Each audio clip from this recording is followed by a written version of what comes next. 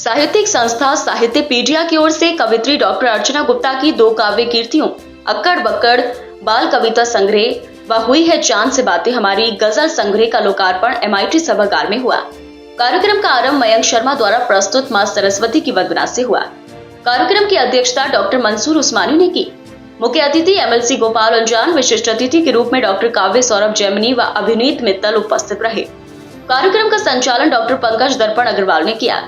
काव्य कीर्तियों पर समीक्षात्मक आलेख डॉक्टर कृष्ण कुमार नाज, जिया जमीर, राजीव पिरखर एवं दुष्यंत बाबा द्वारा प्रस्तुत किए गए।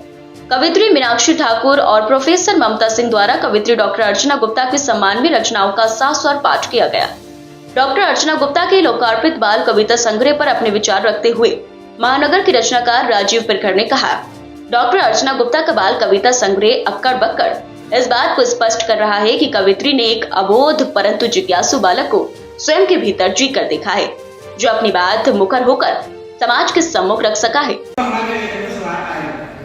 उनके जो सातों संग्रह हैं,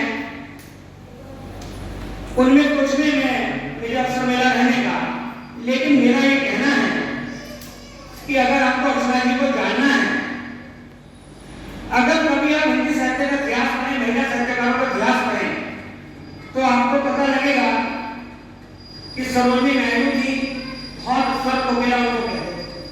तो आप हमारी अर्चना जी को सुन लीजिए, आपने उनकी गजलों की गजल सुनी तो सर कोकिला, अगर उनको मनोरंजन की सर कोकिला, देश की सर कोकिला कहा जाए तो इसमें कोई शोकी नहीं। सरोजिनी नायडू की बात करना है। और जब आप ये तस्वीर बातें करती हैं, आपकी गजल में भी मैं गजल पढ़ रहा था, जिसके बाद ऐसे कुछ मैं कह दूंगी जिसके अंदर था पतवार हो गई है, तो निश्चित रूप से आपके अंदर सुभद्रा कुमारी चौहान की तरह जो वीरता का पट है वो भी आपकी गजलों में, आपकी रचनाओं में। और बात करें नारी संवेदना की, तो कमला सुरैया एक मलयालम लेखिका रही हैं। आप उनको देखें तो कमला सुरैया ने नारी संवेदना को बहुत अच्छा लिखा है। और जब बात आती है भक्ति की बहन की, तो भक्ति में तो मीरा का रूप साक्षात अर्चना जी दिखाई देती है। तो अगर देखा जाए साहित्य में और इसके साथ बाल साहित्यकार में, बाल साहित्य की रचनाएं करना आसान काम नहीं है। अक्कड़ बक्कड़ का संग्रह, इससे पहले भी नदी नदी किया, जो मैंने जितनी कविताएं आपकी देखी, निश्चित रूप से अजय जन्मेजय की याद आती है। निश्चित रूप से एक राजनीतिक कार्यकर्ता, एक छोटा सा भारतीय जनता पार्टी का कार्यकर्ता और इस विद्युत जलों के बीच में हमको फंसा दिया। परंतु मुझे पूर्व की याद आ रही इन कवियों के कारण ही मैं मधु को पा सका।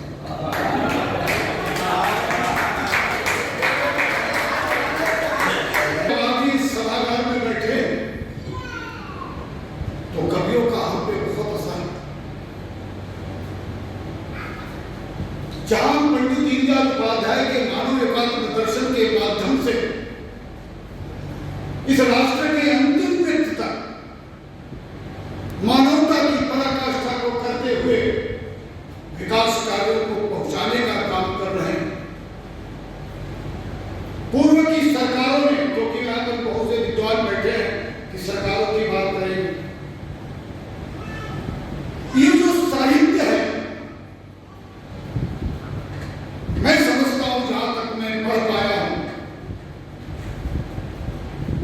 बहुत कम हाथों में सिमट कर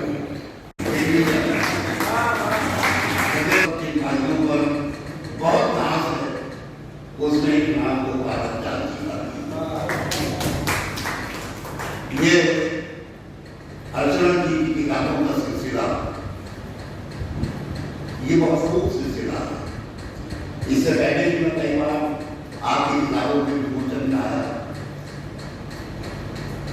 पिछली बार नन्ही परीक्षा एक किताब थी, वो मैंने जाकर अपनी पोतियों को दी।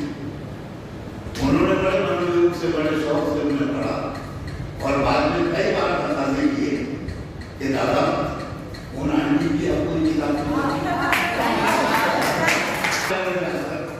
अक्कड़ बक्कड़ पेश करूंगा। लोग कहते हैं कि हर बड़े आदमी के पीछे कोई महिला होती है,